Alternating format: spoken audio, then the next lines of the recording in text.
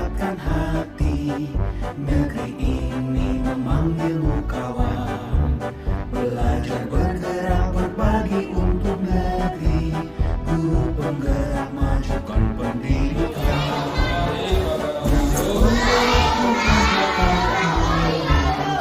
Kreatif rancangkan belajar.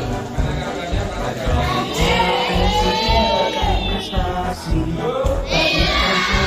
belajar Pancasila. Belajar bergerak berbagi untuk negeri. Kita menjalin kolaborasi. Belajar bergerak berbagi untuk negeri. Demi bakti para ibu pertiwi.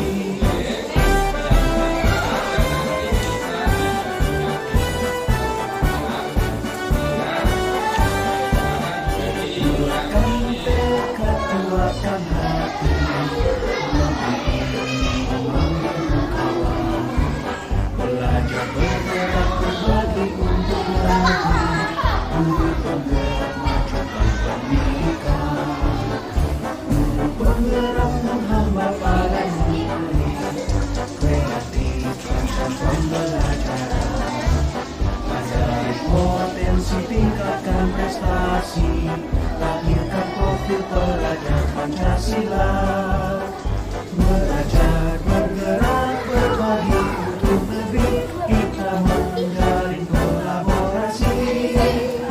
Belajar bergerak berbagi untuk negeri. Demi bakti pada ibu pertiwi. Belajar bergerak berbagi untuk negeri. Kita menjalin kolaborasi. Belajar bergerak berbagi untuk negeri. Demi bakti pada ibu pertiwi. Demi bakti pada ibu pertiwi. Belajar bergerak berbagi untuk Ayo yang lainnya. menjalin kolaborasi. Belajar bergerak berbagi untuk negeri. Demi bakti pada ibu pertiwi. Demi bakti pada ibu pertiwi.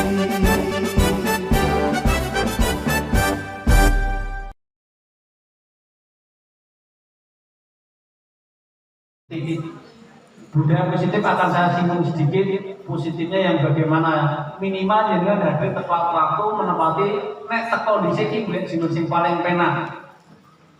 Jangan dibiasakan teko dhisik malah golek sing elek. Itu salah. Biasanya bis rebutan ngarep. Gimana? Ini ada tiap tahun kan mesti piknik. Orang tua pesan anak saya taruh paling depan Pak. Nah itu untuk ngarep supir. Ya, di sini kita budayakan budaya positif, datang lebih awal apa harus boleh kuncing arah. Jangan mencari tempat duduk yang belakang. Ini adalah budaya positif. Jadi kita harus mulai merubah mindset kita berpikir ke depan. Jangan dibiasakan naik teko dhisik pelanggaran dari diri. Duit jangan. Itu ya. Harapan saya dengan guru-guru muda, rubahlah mindset ini, jangan ikuti terus budaya-budaya lama. Mumpung ini masih di awal tahun 2023, bulannya juga masih bulan awal. Monggo spirit budaya positif ini kita kembangkan. Itu ya. Dan mudah-mudahan di W2 ini kegiatan KKG bisa berjalan dengan baik dan bermanfaat untuk kita semua, sehingga di dunia pendidikan akan ada rasanya. Nah, kegiatan ini nanti dibatasi hanya sampai jam 12. Kemarin saya ada pesan kepada narasumber yang keliwan jam 12 dengan bertanggung jawab. Itu ya. Apa? Jadi kalau sebelum jam 12 dari penyelenggara Pak Komo beserta teman-teman kita menjawab 1 kardus snack. Yeah. Tapi nanti lewat jam 12 tanggung jawab narasumber. Maka doakan nanti jamin mati kabeh. Ya hidup-hidup nanti lewat jam 12 dengan bisa menuntut hak-hak ini ya. Itu ya. Siap dah? Siap. Terima kasih. Kiranya tidak terlalu bertele-tele apa yang saya sampaikan karena intinya karena di sini banyak narasumber, sebenarnya ada 5. Namun yang kedua hari ini berhalangan karena ada tugas keluar daerah itu dari Rosari. Dan yang berikutnya ada satu SD lagi yang tidak bisa hadir yaitu SD luar negeri, yaitu SD Islam Nusantara. Keluar negeri saja tidak negeri, maka dia SD luar negeri, SD Islam Nusantara. Yang hari ini juga tidak bisa hadir karena ada KKG sendiri di SD-nya masing-masing, SD Islam Nusantara. Mungkin dari teman-teman yang mungkin lagi mendengar hari ini, mungkin pendengarannya asik SD luar negeri Islam Nusantara mana Pak ini? Di dalam sini ada 12 SD, yang satu SD luar negeri tadi posisinya di patung santri. Itu ke arah barat sekitar 200 meter itu ada sekolah yang bergabung dengan kita SD Islam Nusantara. Maka dari itu hari ini sebenarnya kursinya jadi kurang 5 dari Mas Iwan. Namun karena ada 2 SD yang tidak bisa hadir, termasuk yang terlambat tidak berdiri di belakang. Dan mudah-mudahan dalam kondisi seperti ini kegiatan bisa berjalan dengan baik dari awal sampai akhir. Terima kasih. Ini kesempatan dari saya. Mudah-mudahan apa yang saya sampaikan sedikit banyak bisa bermanfaat untuk kita semua. Saya akhiri akhir kata di tahun saya. Wassalamualaikum warahmatullahi wabarakatuh. Selanjutnya sambutan dari Bapak Pengawas Bina Dabin 2 kepada Bapak M. Febru Suhartono, SPD RPT, kami persilakan. Pak Presiden biar kelihatan. Assalamualaikum warahmatullahi wabarakatuh. Alhamdulillahirabbil alamin, pagi hari ini kita diberikan keselamatan berupa kesehatan sehingga dapat melaksanakan tugas pokok kita sehari-hari sebagai guru. Tugas pokok kita sebagai guru, ya, tidak sebagai operator. Oleh sebab itu, Mas pasti cinta terhadap kegiatan KKG. Yang saya hormati Pak Minargo selaku Ketua Dabdi, Bapak Ibu Kepala Sekolah dan pengurus KKG serta Bapak Ibu guru kelas sedabin 2 yang saya banggakan. Yang pertama, saya ucapkan banyak terima kasih atas partisipasi penjenengan yang saat ini tadi laporan dari Ketua Dabdi jumlahnya itu ada 12 SD, 2 SD tidak aktif. Secara logika jumlahnya satu kelas itu kan 60 kelas, satu kepala sekolah, maka bisa dihitung paling tidak 70. Mungkin kalau saya taksir saat ini sekitar 60. Jadi persentasenya sudah bagus Pak Min. Nanti kalau kita biasakan KKG terus, maka persentasenya akan meningkat. Karena kaget pandemi keseratan KKG tadi, ya agak lupa. Karena sudah program 6 kali KKG yang wajib kita laksanakan, saat ini saya sudah linglung sekali. Karena saya mengambil 2 Dabin, Dabin 3 dan 2 di sini kalau tidak salah baru pembukaan terus kegiatan ini 2 kali, tidak apa-apa. Masih ada kesempatan untuk kita bertatap muka 4 kali. Dan mengapa saya tekankan untuk aktif KKG? Karena pendidikan masih butuh, walaupun belum pegawai negeri, tetapi yang negeri juga butuh yang pertama untuk angka ready, yaitu pada PD, pengembangan diri. Yang paling mudah kita capai melalui forum KKG. Yang kedua, ilmu KKG juga sangat bermanfaat untuk bekal kita dalam penerapan pembelajaran sehari-hari. KKG itu ada 2 J. KKG Debit dan KKG sekolah. Apakah KKG sekolah juga terlaksana? Karena dapat pencegahan dia terlaksana tidak ya? Jadi intinya kalau tidak ada KKG Debit juga wajib tidak ada KKG di tingkat sekolah. Nah, apa yang dibicarakan? Ya materi-materi pokok yang krusial.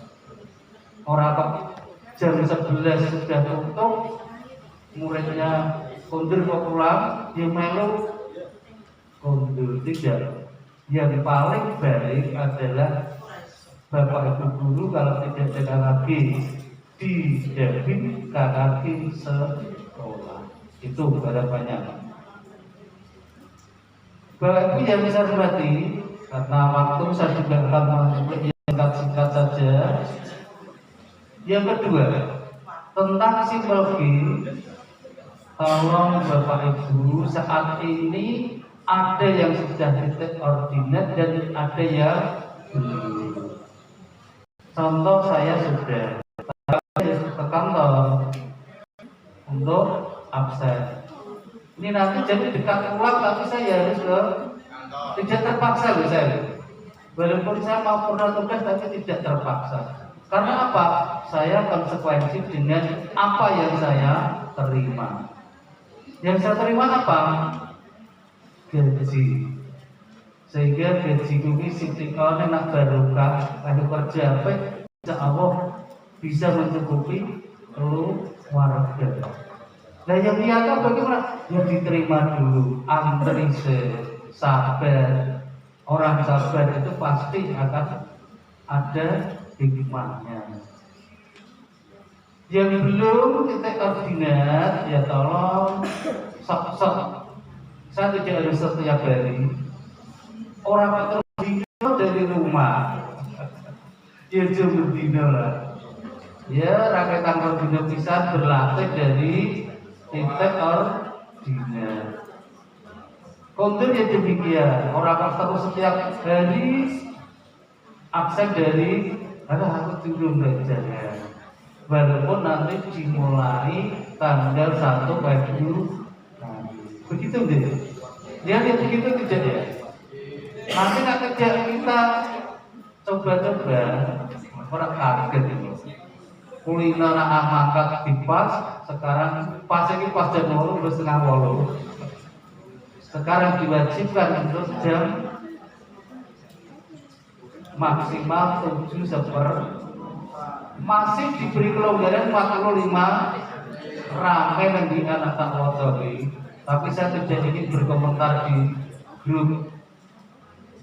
Nah biasanya setiap umpamanya telat 1/4 jam akan sekolah karena sudah di koordinat besok jam 7.3.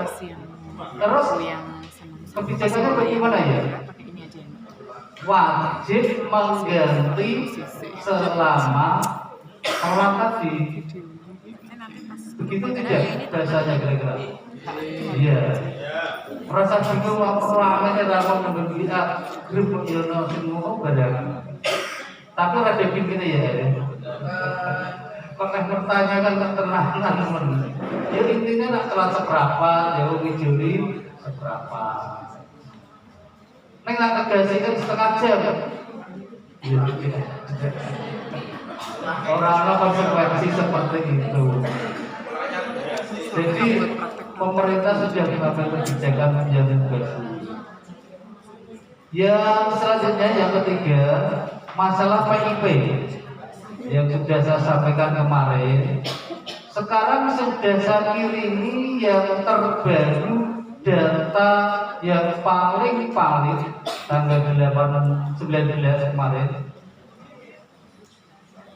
Data yang anak yang menerima PIP, tetapi sampai hari kemarin itu belum aktivasi. Yang pertama 220, ya tidak, baca tidak. Sekarang 177. Tolong karena itu hak putra putri penjenengan segera untuk membantu hak-haknya anak yang kurang mampu. Aktivasinya itu BRI ini paling lambat nanti tanggal 24. Ini sudah tanggal berapa? 20. Sesok 20 pada 1. 21, 2 minggu, 23 minggu. Nah, saya sampaikan sekalian, cuti bersama. Maka tinggal kesempatannya hari Selasa ya.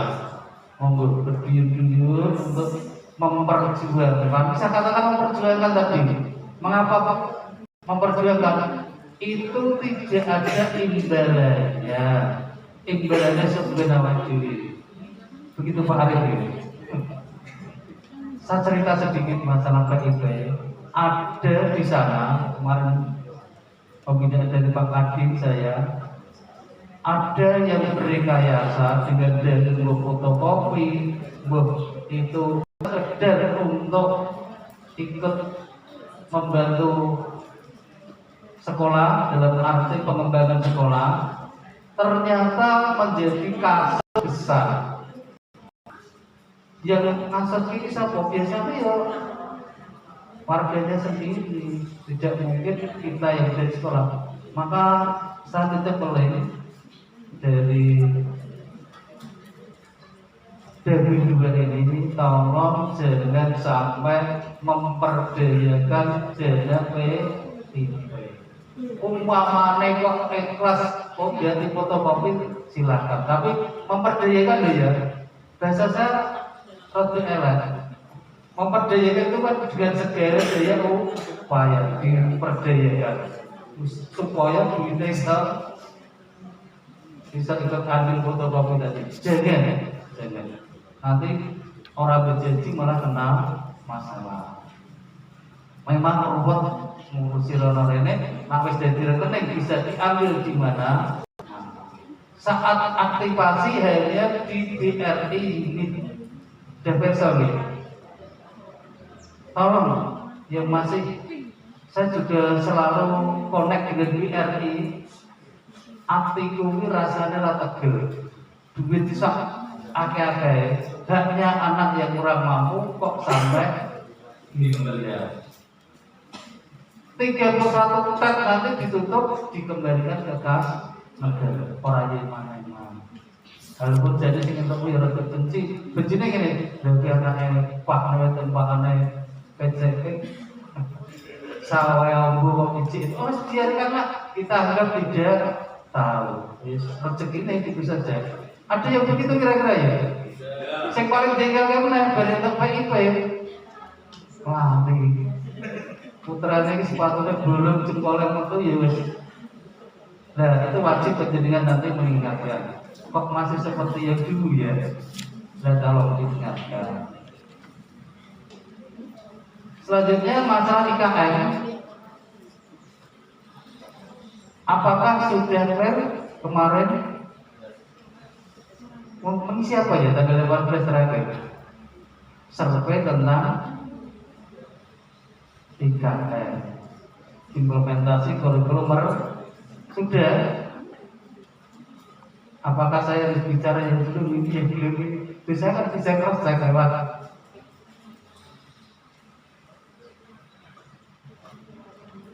hak penjaringan yang dikerjakan di SD di kantor itu bisa melihat.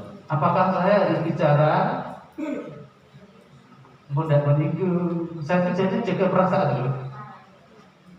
Kalau sampai telat itu saya japri sampai. Laporan-laporan itu kan terjadi. Jadi tipe saya juga tipe, misalnya contoh dia terima sering share di forum orang dia memang metodenya lah. Kalau saya nak telat terjadi, sampai lah orang sak kecamatan tahu.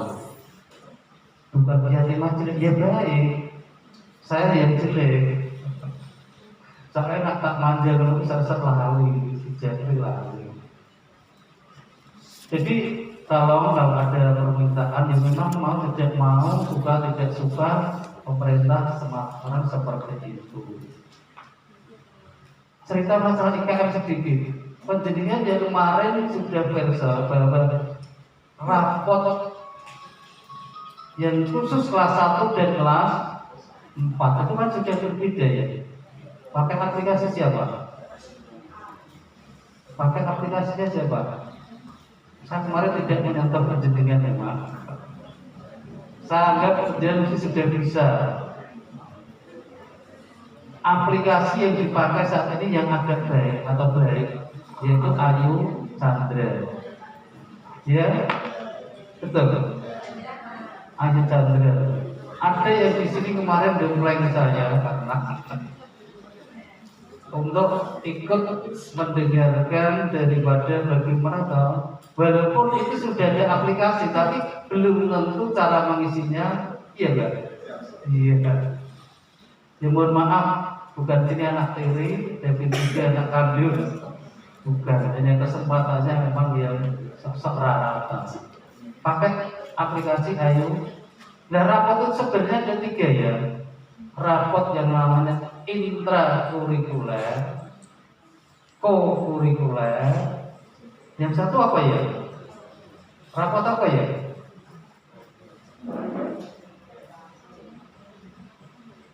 Ya, sekitar dulu aku ini menganggap sekedar mengingatkan. Penjadian ini yang dibagi rapot apa? Yang kelas 1 Pak. Rapot apa yang dibagi ya? Jadi kan membagikan rapot aku kelas 1 Pak toh.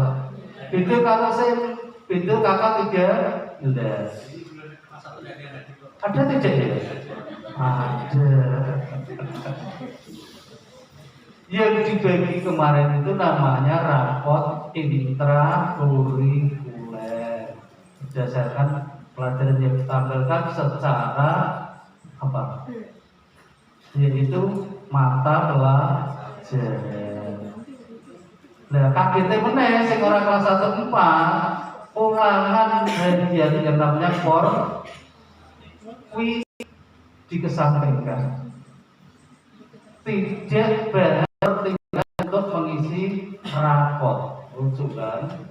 Pak Momo ya kelas berapa Pak Momo? Oh kelas 6 berarti tidak kenal IKM.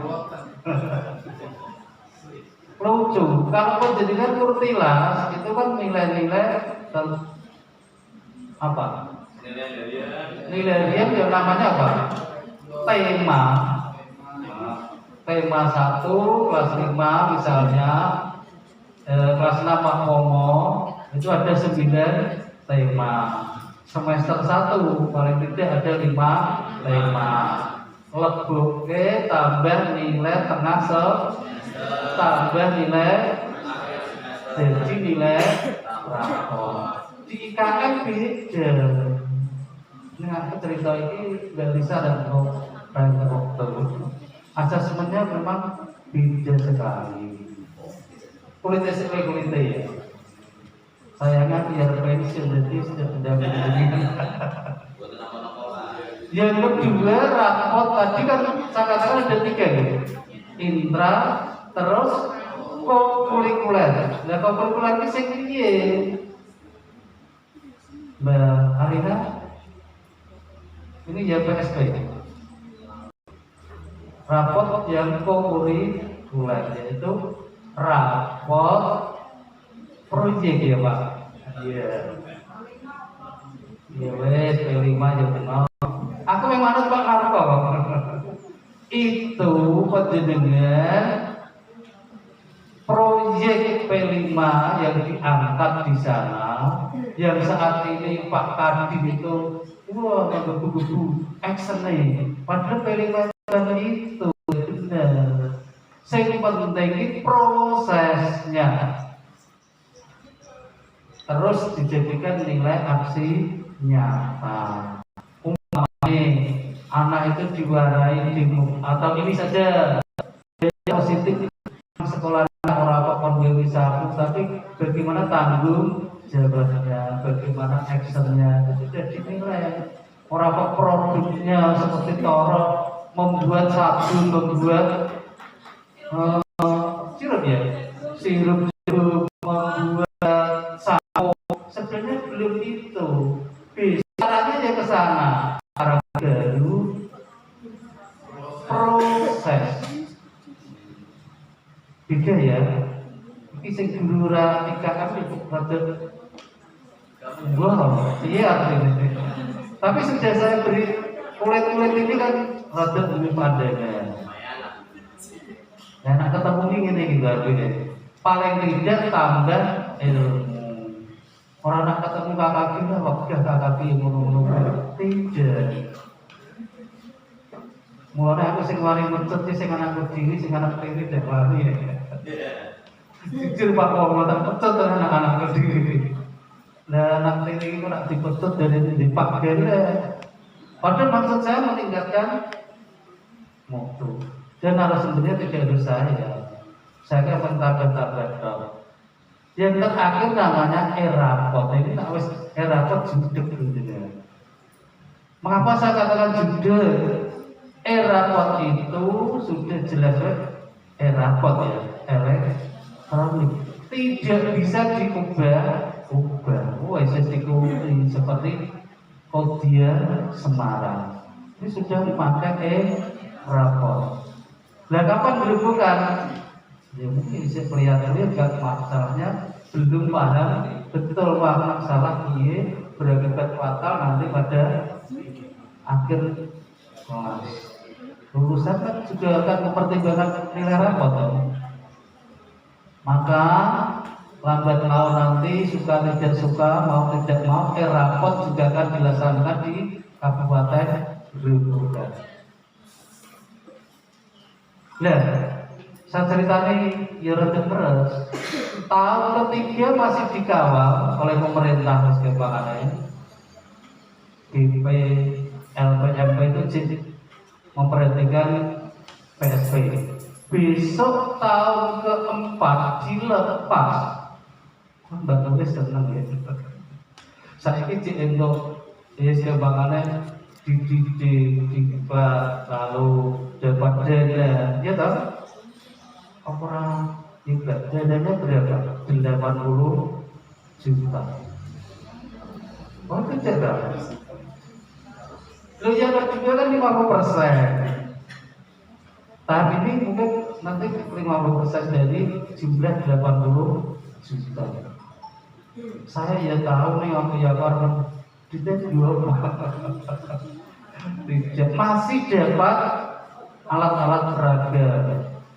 Perunggu misalnya dapat dan ngono bisa jadi PSP yang mau bejane sing PSP tahap 1 tahap 2 besok tahun 24 lepas diserahkan ke siapa?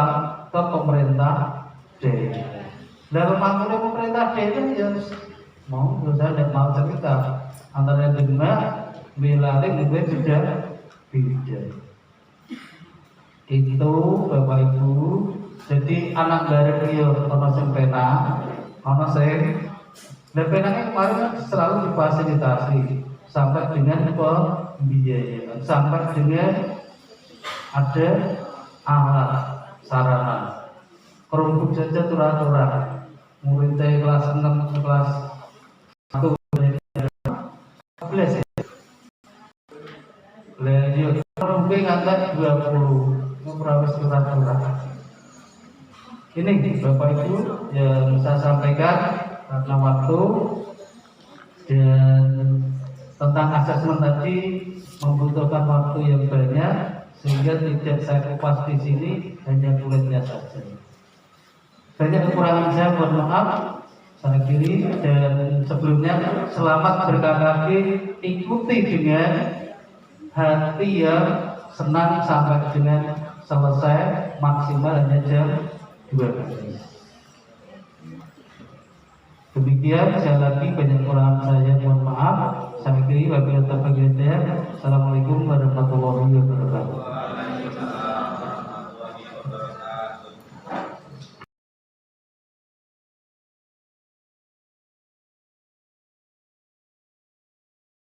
Arif Basuki Rahmat dari Arif Basuki Ahmad dari SD Negeri 8. Kemudian ada Bulisa Anorita, ini bisa dibaca sendiri ke sarjana psikologi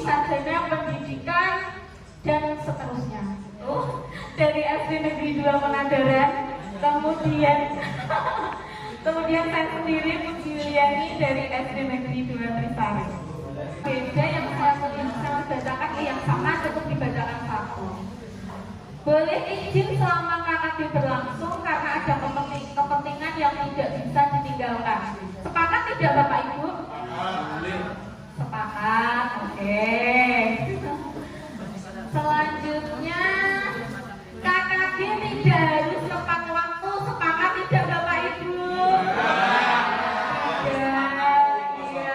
Lanjut. Saat KKD hadir tepat waktu. Sepakat tidak Bapak Ibu? Kemudian ketika KKD boleh membuka HP. Sepakat tidak Bapak Ibu? Iya, selanjutnya yang penting tidak sampai orang lain ya. Berikutnya boleh makan dan minum, HP dinonaktifkan untuk nada dirinya. Sepakat ya Bapak Ibu? Ya ini yang beda-beda. Oh iya ini Bu Lisa. Boleh mendengarkan tapi sama. Boleh mendengarkan dan menyimak materi sambil menikmati snack tentu saja boleh. Kemudian tidak usah lama-lama.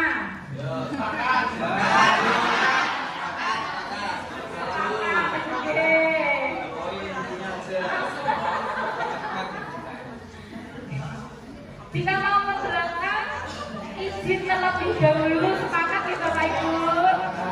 Ya. Terima kasih. Ya. Kamar mandi dan sampai delegasi. Yang lainnya. Oke.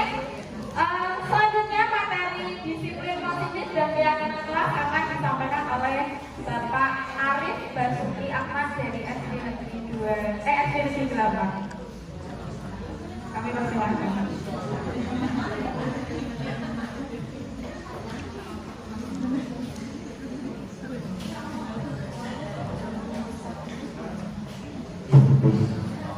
Assalamualaikum warahmatullahi wabarakatuh.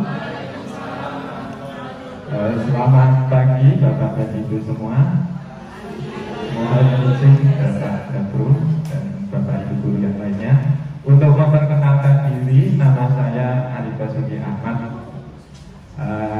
Tempat instansi bekerja saat ini di SD Negeri 8. Kebetulan kemarin ikut kegiatan CGB calon guru penggerak dan alhamdulillah bisa ikut ya. Yang perlu saya sampaikan di sini Bapak Ibu ya, kami sama saja dengan Bapak Ibu dulu. Cuma kita ini sama-sama belajar. Tidak ada yang lebih dari kami bertiga yang ada di sini. Tadi Pak Min kalau ketemu kami itu seperti itu ya, tidak, kami ingin semua sama. Hanya bedanya Bapak Ibu, bedanya kami di sini ini memperoleh pendidikan atau ilmu terlebih dahulu karena kami sudah terlanjur berisiko untuk ikut CGP. Saya yakin di sini Bapak Ibu guru yang lainnya yang hebat-hebat ya, karena belum pendaftaran saya. Ibaratnya kalau zaman dahulu itu pendekarnya masih di gunung, belum sama turun ya. Nanti kalau turun mungkin juga insya Allah juga bisa ikut keterima. Untuk sharing-sharing kegiatan CGP dan lain sebagainya, sedikit Bapak Ibu sebelum memulai materi. Di sini tertulis diseminasi. Diseminasi itu adalah suatu kegiatan yang ditujukan pada kelompok tertentu agar memperoleh informasi, kemudian dengan sadar dan informasi itu bisa berguna. Nah, itu ya. Terus gimana kegiatan CGP Pak? Kegiatan CGP itu luar biasa sekali. Sebelum kegiatan CGP itu saya pada waktu pengumuman itu sebelum pendidikan agak cemas. Terlihat sekali jadwal pendidikannya itu hampir padat sekali Bapak Ibu ya. Terlihat setiap hari ada kegiatan, setiap hari kegiatan terus ya. Itu kalau tanpa persiapan mungkin kalau menunda-nunda tugas mungkin akan tertumpuk. Tapi sangat mengasihkan sekali, terbukti berat badan saya tidak turun-turun ya. Ini berarti enjoy ya. Yang jadi pertanyaan, orang berat badannya tidak turun itu karena enjoy apa karena stres? Yang stres apa terus akhirnya juga besar ya. Tapi tetap saya syukuri apapun berat badan saya. Di dalam CGB kami punya salam, yaitu salam tergerak, bergerak, dan menggerakkan. Jadi inilah poin dari kami yang ketiga, yaitu menggerakkan ya. Bapak Ibu ya. Kalau tergerak insya Allah sudah, kemudian bergerak, kemudian ini menggerakkan. Ya ini foto saya. Ya saya lanjutkan. Nah, karena ini pramuka, jadi ya ada yel-yel ya. Yel-yelnya begini geng, Bapak Ibu, kita latihan dulu, nanti saya bilang mana guru yang asik ya. Kemudian ini guru yang asik. Nah, kemudian mana guru yang menyenangkan, ini guru yang menyenangkan. Kemudian saya bilang lagi mana guru yang hebat. Bapak Ibu guru jawab ini guru yang hebat. Mana ini ya, yang mana, yang ini, di mana, di sini, buktinya mana, kami siap terus belajar sepanjang hayat gitu ya. Jadi bisa kita mulai Bapak Ibu ya? Oke, mana guru yang asik? Ini guru yang asik. Mana guru yang menyenangkan? Ini guru yang menyenangkan. Mana guru yang hebat? Ini guru yang hebat. Mana? Ini. Yang mana? Yang ini. Di mana? Di sini. Buktinya mana? Kami siap terus belajar sepanjang hayat. Oke, aplaus untuk Bapak Ibu semuanya ya. Lanjut ke materi ya. Kebetulan kami bertiga ini bagi-bagi materi. Saya yang pertama yaitu mendapat materi disiplin positif ya. Disiplin positif ini merupakan bagian dari budaya positif. Bapak Ibu guru mungkin ada yang sudah tahu dalam benaknya apa itu disiplin positif. Kalau tadi sebelum acara dimulai Pak Minardo, ayo yang depan nanti akan dapat hadiah dan lain sebagainya. Ini nanti juga akan kita bahas di sini ya. Disiplin positif. Nah, ini ada pertanyaan pemantik ya. Karena biasanya kalau pengajaran di IKN ya, kurikulum merdeka itu sebelum memulai pembelajaran itu biasanya ada pertanyaan yang memantik ya. Karena IKN beda dengan kurikulum sebelumnya. Kalau kurikulum sebelumnya ya suka 13 mungkin untuk rumus tabulas ini ya. Kemudian kalau di IKN itu seperti di mana ya konsepnya dulu untuk-untuknya. Pertanyaan pemantiknya di sini adalah sebagai seorang pendidik, saat Anda perlu hadir di suatu pelatihan motivasi, apakah yang mendasari tindakan Anda? Ini motivasi yang pertama. Apakah Anda hadir karena tidak ingin ditegur oleh pihak panitia atau pengawas Anda dan mendapatkan surat teguran, menghindari ketidaknyamanan dan hukuman? Atau yang kedua, Anda ingin dilihat dan dipuji oleh lingkungan Anda atau mendapat penghargaan dari orang lain? Kemudian yang ketiga, atau Anda ingin menjadi pembelajar sepanjang hayat, menjadi orang yang berusaha, dan bertanggung jawab serta menghargai diri Anda sendiri. Maka direnungkan mana motivasi yang ada pada diri Anda. Apakah nomor 1, nomor 2, atau nomor 3? Secara jujur, kebanyakan saya jujur. Walaupun sudah mesti biasanya nomor 1. Tidak apa-apa, Bapak Ibu, nanti kita sedikit-sedikit akan. Kemudian untuk memahami apa disiplin positif lebih lanjut, ya mohon disimak video berikut ini. Bu Lisa, mohon untuk di play.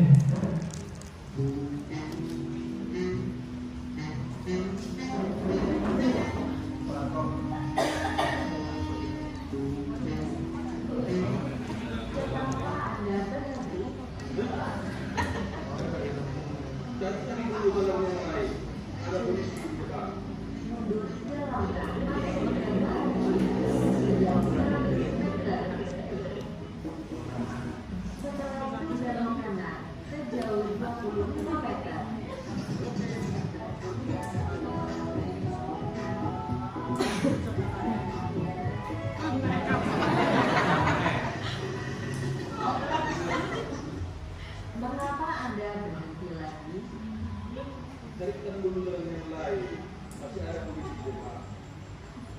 Kenapa Anda takut sama polisi? Aku nggak pakai helm, Kalau begitu, balik arah, lurus sejauh 200 meter. Setelah itu belok kiri ke jalan Iskandar Muda sejauh 70 meter.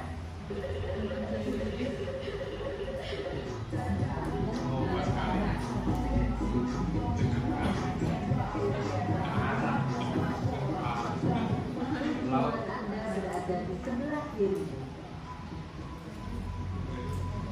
Anda telah tiba di tujuan.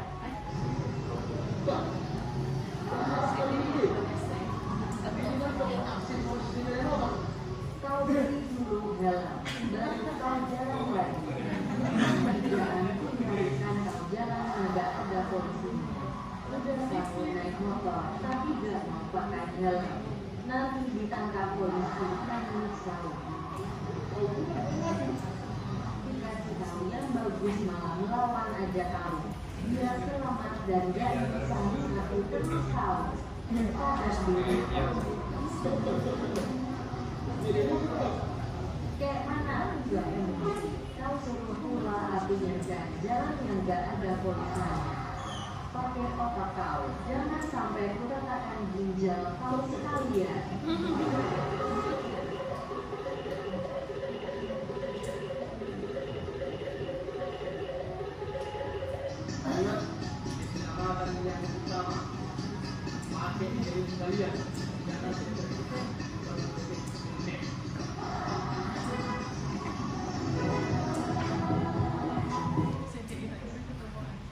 Iya, terima kasih Bapak Ibu. Dari video tadi, ya, mungkin ada yang berani bercerita.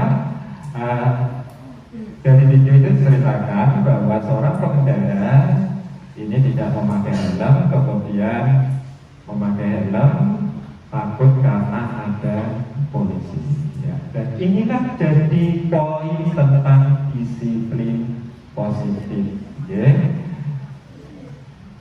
Jadi disiplin positif merupakan salah satu cara untuk penerapan disiplin yang bertujuan untuk menumbuhkan kesadaran serta memperdayakan anak untuk melakukan sesuatu tanpa tekanan, ancaman maupun hukuman. Nah, Bapak pendidikan kita, Bapak Ki Hajar Dewantoro ini, di mana ada kemerdekaan, disitulah harus ada disiplin yang kuat. Sungguh pun disiplin itu bersifat self-disiplin, yaitu kita sendiri yang mewajibkan kita dengan sekeras-kerasnya. Tetapi itu sama saja. Sebab jika kita tidak cakap melakukan self-disiplin, wajiblah penguasa lain mendisiplinkan diri kita dan peraturan. Demikianlah itulah harus ada di dalam suasana masjid. Kira-kira sudah ada gambaran belum apa yang dimaksud dengan disiplin, Bapak Ibu? yaitu disiplin yang tanpa paksaan, tanpa ada ancaman. Selain itu juga tanpa ada dorongan ibadah. Ini tugas kita. Sebelum kita membimbing putra-putri kita menjadi anak yang disiplin positif, maka seharusnya kita yang pertama, ya.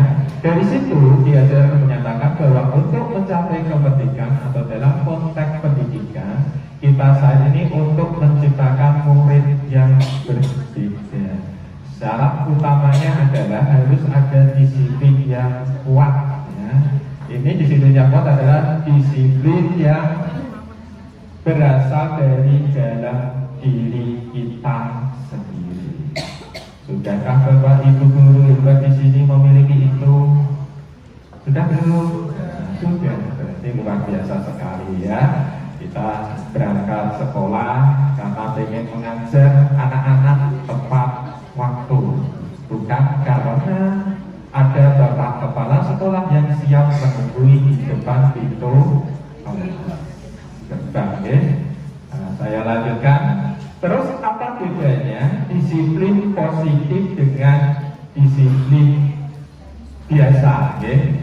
Yang pertama, disiplin biasa dikendalikan oleh kontrol eksternal kita, seperti dalam video tadi, mau pakai helm,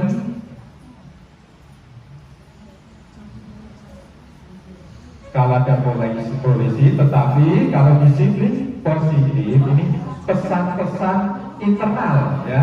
Kita memakai helm karena kita sadar kalau menggunakan helm adalah melindungi diri kita. Ini adalah konsekuensi logis. Jadi kita pakai helm bukan karena takut sama bapak polisi, tetapi sadar dengan bahwa helm ini melindungi diri kita. Saya apresiasi bagus sekali bagi bapak ibu guru yang tinggal di desa, tetapi ketika berkendara ini menggunakan helm. Beda dengan yang ada di kota Lubuk itu, ya, sering terlihat tidak memakai helm. Kemudian pembeda antara disiplin biasa dengan disiplin positif yang kedua, kalau disiplin biasa itu dikendalikan oleh hukuman dan ibadah, punishment dan reward. Sementara disiplin positif itu dikendalikan oleh kesadaran internal, ya, tentang adanya konsekuensi logis. Ini tadi sudah. Kemudian yang ketiga, disiplin biasa peraturan dibuat oleh yang berkuasa atau yang punya otoritas. Sementara dalam disiplin positif peraturan dibuat bersama. Nah, ini tadi sudah diberi contoh oleh Bapak Ibu guru penggerak di sini, karena kami melangkah juga hati-hati. Nanti kalau ibaratnya itu kok gitu, ya, kita buat kesepakatan kelas. Ini adalah kesepakatan bersama, ya. Jadi nanti kalau ibaratnya ada pelanggaran dan lain sebagainya, berarti secara bersama. Beda dengan disiplin biasa. Disiplin biasa itu dibuat oleh otoritas, yang punya otoritas, yang punya kuasa. Misalkan Bapak Ibu di kelas itu kan tanggung jawab itu atas kelas Bapak Ibu, ya, punya kuasa. Mau mendisiplin anak, dilarang ini. Itu anak disiplin karena ada faktor eksternal. Kemudian yang keempat, disiplin biasa fokus pada perilaku di sekolah. Kalau disiplin positif yaitu pada akar pembentuk perilaku, yaitu keyakinan karakter. Ini yang sangat penting sekali. Pernah seorang guru ini mengadakan percobaan. Percobaannya seperti ini, Bapak Ibu. Dia ingin menguji kejujuran dari anak-anaknya. Dia ingin memberi tugas dengan cara nanti diberi bibit ya, biji yang masih biji kacang itu ya. Tapi sebagian itu sudah direndam ke dalam obat sehingga nanti tidak akan bisa tumbuh. Tetapi ada beberapa yang masih dicampur dengan yang baik ya, hanya 3 nanti akan tumbuh dengan baik. Setelah itu biji itu dibagikan kepada siswa-siswanya ya. Nanti setelah 1,5 bulan silakan bawa ke sini dan laporkan hasilnya. Siswa yang mendapat benih-benih tadi yang sudah mati tidak tumbuh mulai panik. Ini bagaimana nanti kalau saya laporan dengan Bapak Ibu guru tidak akan dapat nilai gitu ya. Akhirnya dia membohongi diri dengan membeli yang sudah jadi ya, betul ya. Padahal tadi biji benih yang bagus hanya 3. Setelah waktu yang ditentukan sudah datang, ternyata anak-anak membawa biji yang sudah semua tanamannya bagus ya. Padahal tadi hanya ada 3 biji yang sebenarnya bisa tumbuh dengan baik. Ternyata anak-anak rela berbohong ya, tidak jujur hanya demi agar mendapat nilai yang ya. Ini penanaman keyakinan karakter. Kemudian yang kelima, disiplin biasa, ketaatan jangka pendek ya. Ketika mereka keluar dari sekolah, mereka kembali menjadi anak yang tidak disiplin. Sementara disiplin positif ini kesadaran jangka panjang. Kenapa kok bisa? Karena yang itu adalah akarnya, bukan sekedar perilakunya. Kebiasaan kita itu kalau di sekolah hanya sekedar perilakunya, tidak ke akarnya. Kemudian saya lanjut, pembeda yang ke-6 adalah disiplin biasa. Perilaku tidak disiplin dianggap sebagai ancaman yang mengganggu. Kalau disiplin positif ya, ini maksudnya gini loh Bu, kita membimbing anak itu bagaimana? Kalau kita menemukan anak yang tidak disiplin, ini dianggap sebagai ancaman yang mengganggu. Tetapi kalau disiplin positif, ini adalah dianggap ya, kalau anak tidak disiplin dianggap sebagai kesempatan untuk mengajarkan karakter. Kita sering marah, sering jengkel ya, sering terdengar di sekolah Bapak Guru mungkin bujang telat terus bolesan ya, tanpa tahu apa ya alasannya. Kemudian yang ke-7 ini disiplin biasa ini ya, guru adalah sebagai polisi atau hakim yang menghukum dan menghukumi. Misalnya misalnya ada anak yang sering terlambat, kita tiba-tiba tanpa tahu sudah menjustis, menghukum. Kenapa kamu terlambat? Hukum, ayo lari dan lain sebagainya. Sedangkan disiplin positif ini, guru atau pendidik adalah detektif yang terus berusaha memahami akar masalah dan mencoba memperbaiki dan memberi solusi pada akar tersebut. Bagi Bapak Ibu guru IKN ya, kalau saya kemarin di kelas 4, saya sempat berkunjung ke rumah wali murid satu persatu. Waktunya dari mana? Visit, hanya sekedar untuk ngobrol. Anak ini gimana? Kenapa? Kelemahannya apa? Oh ternyata dia kurang kasih sayang. Karena bapak ibunya sering kerja keluar kota ya. Kalau pulang sudah malam, berangkatnya pagi ya, sehingga tidak. Ini ya sebagai penghukum ataukah sebagai detektif ya. Ini ada video lagi, silahkan dicermati dan Ini adalah anak yang sering terlambat, tetapi bapak gurunya sebagai penghukum langsung menghakimi.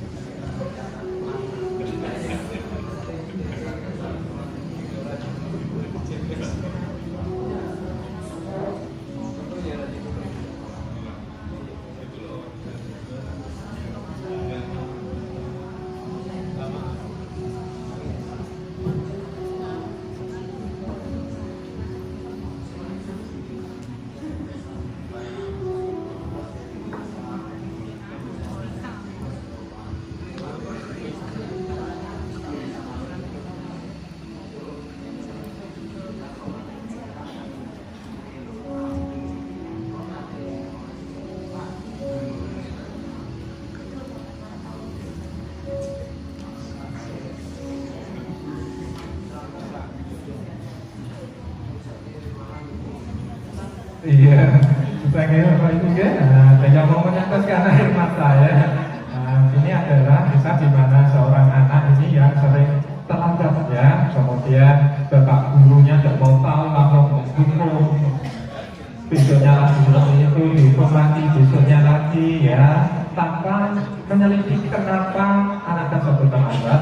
Suatu hari ketika berangkat ke sekolah, bapak guru tadi melihat ternyata anak tadi sedang mengantar ibunya. Jadi merasa sangat bersalah. Jangan sampai kejadian seperti itu terjadi pada bapak ibu guru. Harus ditanya dulu apa sebabnya. Setelah tadi ada perbedaan pemahaman perbedaan antara disiplin biasa dan disiplin positif. Nah, pertanyaan reflektif. IKN biasanya seperti ini ya. Pertanyaan pematik kan. Setelah memahami perbedaan disiplin biasa dengan disiplin positif sebagai seorang pendidik, disiplin yang manakah yang sudah Anda miliki? Apakah disiplin biasa atau disiplin yang positif? Saya suka yang biasa aja, Pak. Ya, tidak apa-apa. Kalau bisa nanti berlanjut. Sebenarnya kami dalam guru penggerak ini selalu ditekankan bahwa kita ini sebagai guru itu adalah murid, dan murid. Nah, bahkan ada kata yang lebih ibaratnya itu ya, seorang guru itu menghamba pada murid. Menghamba itu bukan terlalu merendahkan dan lain sebagainya. Artinya ketika kita sudah berada di sekolah, kita curahkan semua perhatian kita kepada anak didik kita. Jangan bawa permasalahan keluarga ke sekolah. Ada dulu yang biasa masuk cemberut terus ya, muridnya baru masuk jadi orang ngerti tuh guru ini lagi soalnya sekarang jangan sampai itu baru bawa ya. Oke, itu untuk sesi saya yang pertama karena saya tadi sudah diwati-wati tidak bisa terlalu lama gitu ya. Oke. Kita lanjut dengan yang kedua yaitu keyakinan kelas. Nah, keyakinan kelas ya.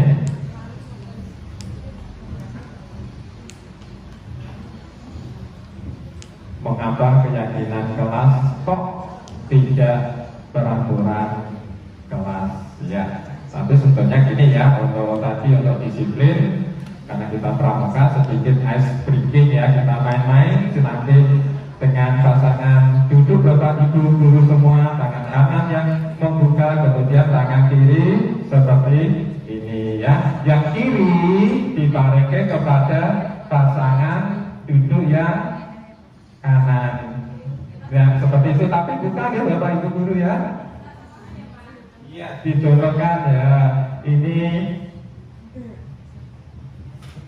ya dicontohkan oleh Bu Puji dan tapi sama tempat duduknya aja, kamu nyambung nanti terlalu jauh ya.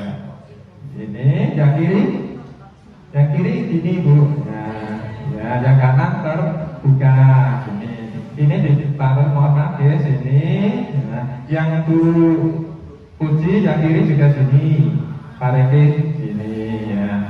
Cara mainnya gimana? Cara mainnya gini. Nanti yang tangan kanan siap untuk menangkap ya. Yang kiri sudah siap lepas. Jangan sampai ketangkap oleh temannya. Tapi setiap mendengar kata apel ya. Kalau mendengar kata apel nanti siap untuk membuka. Ya. Yang kiri juga siap untuk menghindar. Jangan sampai ke tangkap. Kalau ketangkap ada konsekuensinya ya.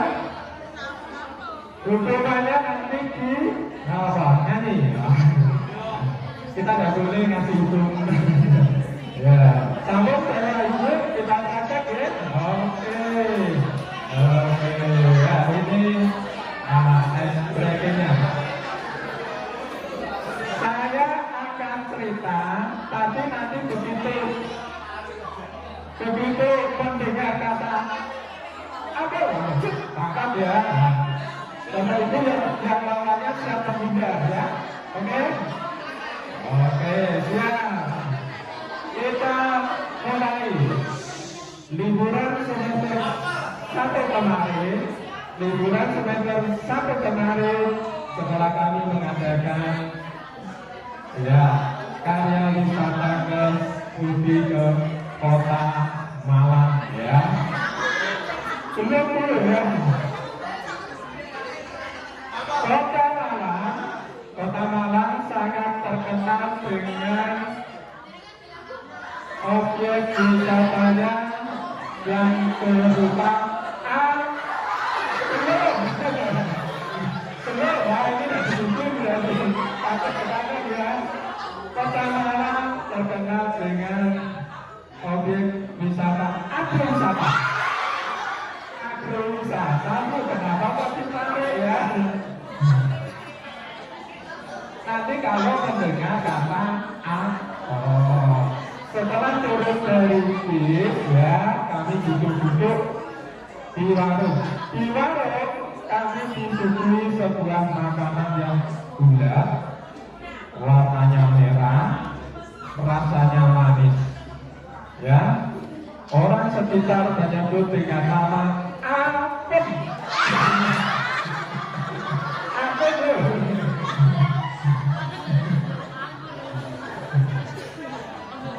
Setelah makan apem dengan puas, kemudian kami pesan jus untuk diminum. Ya, teman saya memesan jus alpukat. Sedangkan ya, saya sendiri lebih tertarik untuk memesan jus apel. Ayo, siapa yang tangkap? Ya, terima kasih sudah saya. Ya, itu hanya sekedar untuk mencairkan suasana yang mungkin biar tidak terlalu tegang, nanti bisa diperagakan sama anak-anak ya. Kalau anak-anak biasanya ributnya mereka menarik tangan sebelum mendengar kata sepertinya. Nah, ini pelatih kedisiplinan. Kemudian dilanjutkan ya Bapak Ibu, mengapa keyakinan kelas kok tidak peraturan kelas? Ya. Nanti biar tahu apa bedanya peraturan kelas ya. Kemudian ya, sebelum keyakinan ada kesepakatan ya. Perbedaannya ini dari proses pembuatannya. Kalau peraturan ini bisa kapan saja sesuai dengan kejadian yang maunya si pembuat. Kalau di kelas yang buat siapa? Berarti Bapak Ibu guru ya. Kalau keyakinan ini dibuat pada hari pertama, jam pertama di tahun ajaran baru. Sudahkah Bapak Ibu membuat kesepakatan kelas dengan anak didik di kelas? Atau peraturan? Kalau peraturan nanti kita seperti otoriter ya. Tapi kalau kesepakatan, nah, tidak. Kemudian jumlahnya kalau peraturan banyak poin, kalau keyakinan hanya 5 poin. Kemudian kata-kata yang digunakan, kalau peraturan lebih ke kata-kata negatif, larangan, seperti misalnya dilarang dan lain sebagainya. Kalau keyakinan menggunakan kata positif dan fokus pada ya. Kemudian suasana yang dibuat, ini kadang dalam suasana emosi karena ada kejadian tertentu peraturan itu. Misalkan anak secara tidak sengaja memecahkan apa ya, misalnya barang yang ada di lemari pecah, kemudian Bapak Ibu guru langsung dilarang bermain dekat almari. Itu termasuk peraturan ya Bapak Ibu. Kemudian kalau keyakinan ini dibuat dalam nuansa keakraban dan niat baik dulu untuk menjadikan kelasnya sebagai ya, berguna untuk membuat. Kalau peraturan ini membuat kapok ya, kalau keyakinan membuat siswa sadar ya. Siapa yang membuat? Kalau peraturan ini adalah bisa sekolah, kalau itu peraturan sekolah, bisa guru kalau itu kelas, kemudian kalau keyakinan ini bersama-sama guru dan murid. Ini saya sebutkan ya Bapak Ibu.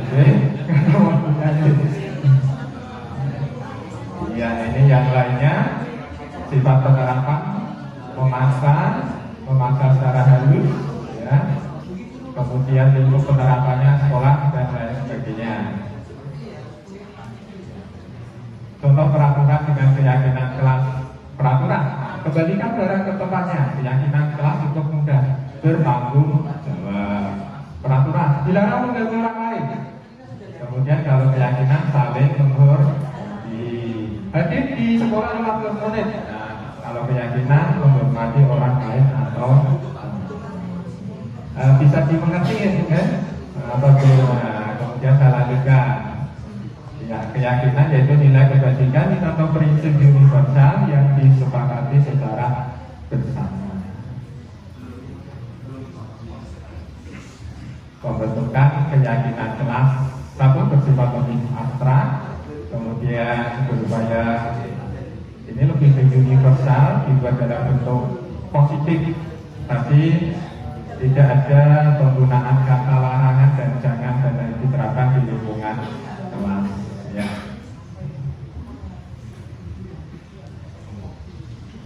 Prosedur pembentukan keyakinan kelas ini yang pertama mempersilahkan murid bercurah pendapat tentang peraturan yang disepakati ya.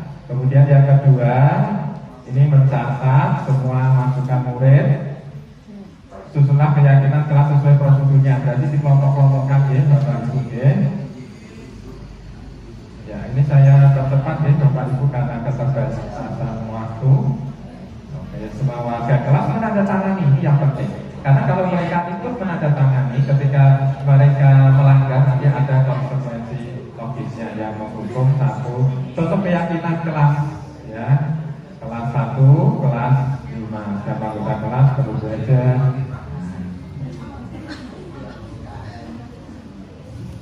Ya itu kan Bapak Ibu guru yang hebat semua karena keterbatasan waktu jadi saya meringkas. Jadi untuk pesan Bapak Ibu guru jangan jadi guru yang M4B. M4B itu apa? Yang pertama adalah enggak tahu M4B ya, menunda, menolak, menyalahkan, menyalahkan. Itu adalah sifat-sifat yang harus kita hindari. Kami di sini CGP dilatih untuk itu. Setiap hari dikasih tugas apa sampai ya sampai di depan laptop kalau sampai anak-anak itu gimana. Tapi alhamdulillah sangat mengasihkan sekali. Banyak ilmu yang bisa didapat. Ya, terima kasih Bapak Ibu atas perhatiannya. Dari saya cukupi nanti lanjut dengan pemateri kedua. Assalamualaikum warahmatullahi wabarakatuh.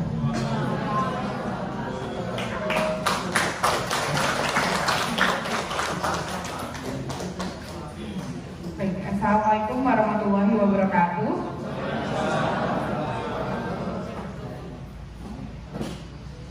Ya, terima kasih atas kesempatannya.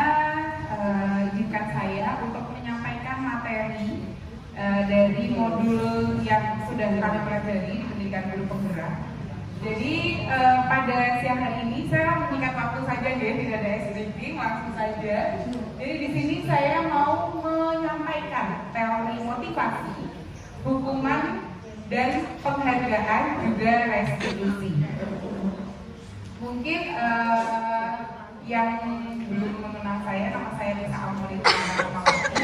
Saya lahir di Cilacap dan saya asalnya dari SD Negeri 2 Penadaran dan saat ini saya berdomisili di Jumogja. Nah, sebelumnya saya akan menanyakan kepada Bapak Ibu semua, kira-kira kalau tadi kita bicara tentang motivasi, sebenarnya apa yang membuat siswa datang ke sekolah? Mungkin ada Bapak Ibu yang bisa mewakili menjawab.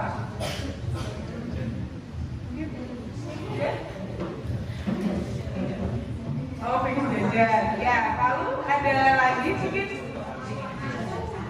saku ya. Betul, karena kalau ke sekolah dan dapat uang saku ya Bu ya. Baik.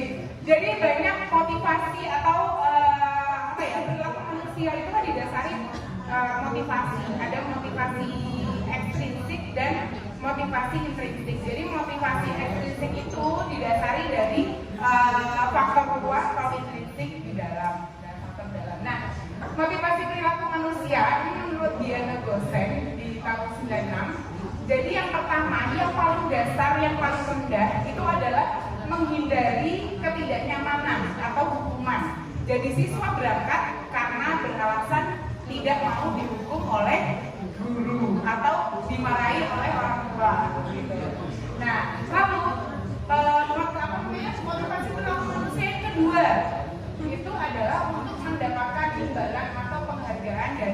lain. Ketika siswa masuk ke sekolah atau berangkat ke sekolah itu dia ingin, oh iya saya ingin disebut misalnya guru saya rajin, atau saya ingin dilihat teman-teman, oh iya ini saya rajin. Itu penghargaan dari orang lain. Yang ketiga adalah untuk menjadi orang yang mereka inginkan dan menghargai diri sendiri dengan nilai yang mereka percaya. Jadi ketiga ini yang tingkatan paling atas, artinya tingkatan yang paling baik yaitu motivasi yang paling baik yaitu untuk menjadi orang yang mereka inginkan dan menghargai diri sendiri dengan nilai yang mereka percaya.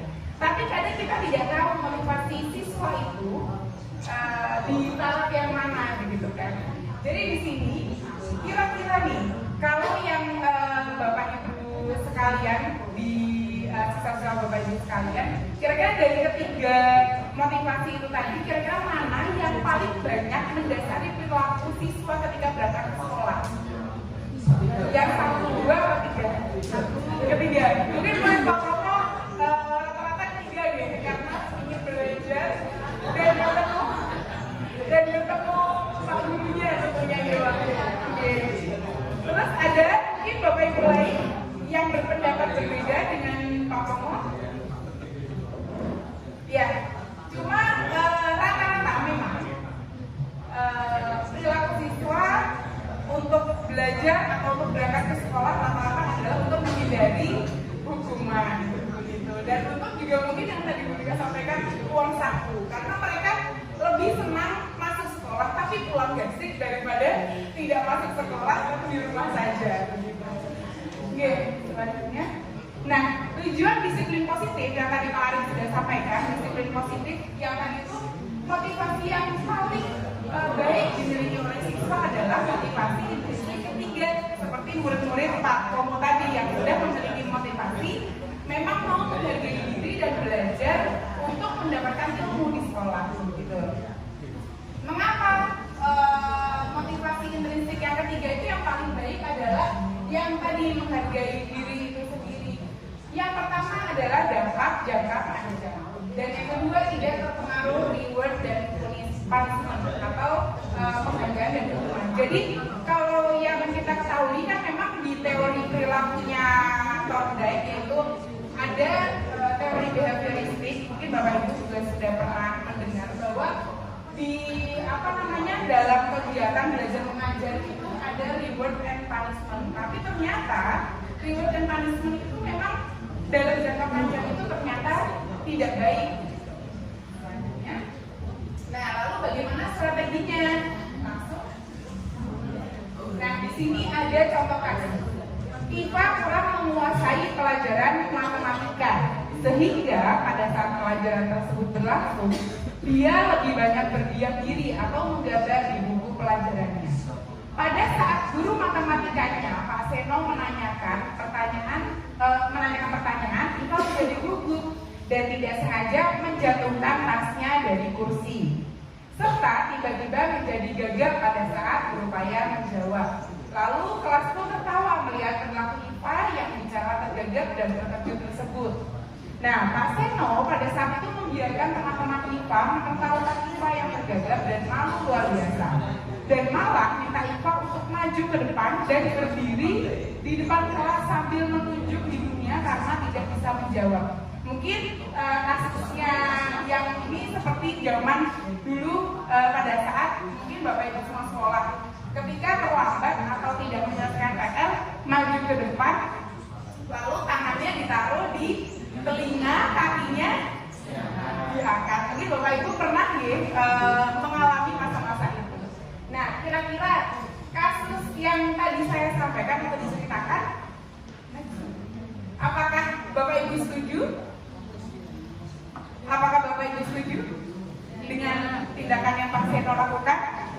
Ya, alasannya? Ya? Mempermalukan anak, betul Ibu. Jadi mempermalukan anak. Nah, kalau misalnya dari judul yang tadi saya sampaikan itu ada hukuman, konsekuensi, atau restitusi. Dari ketiga itu kira-kira kalau Bapak boleh menebak, yang tadi bisa dilakukan Pak Seno itu termasuk mana nih? Hukuman, konsekuensi atau restitusi? Hukuman. Baik, coba kita lihat. Jadi sekarang ini guru harus paham bahwa ada hukuman, ada konsekuensi, ada restitusi.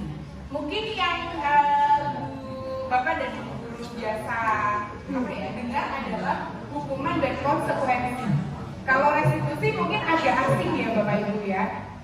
Sebelumnya saya juga asing sebelum mendapatkan pendidikan di pendidikan guru penggerak ini dengan restitusi. Di sini saya punya,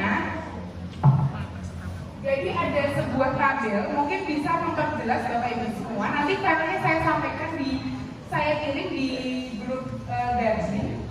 Jadi ada hukuman, ada konsekuensi dan restitusi.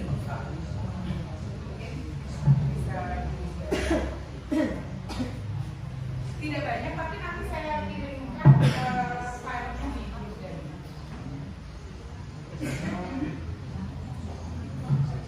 Iya, di situ mungkin bisa dilihat. Jadi kalau hukuman itu adalah sesuatu yang menyakitkan, harus terjadi.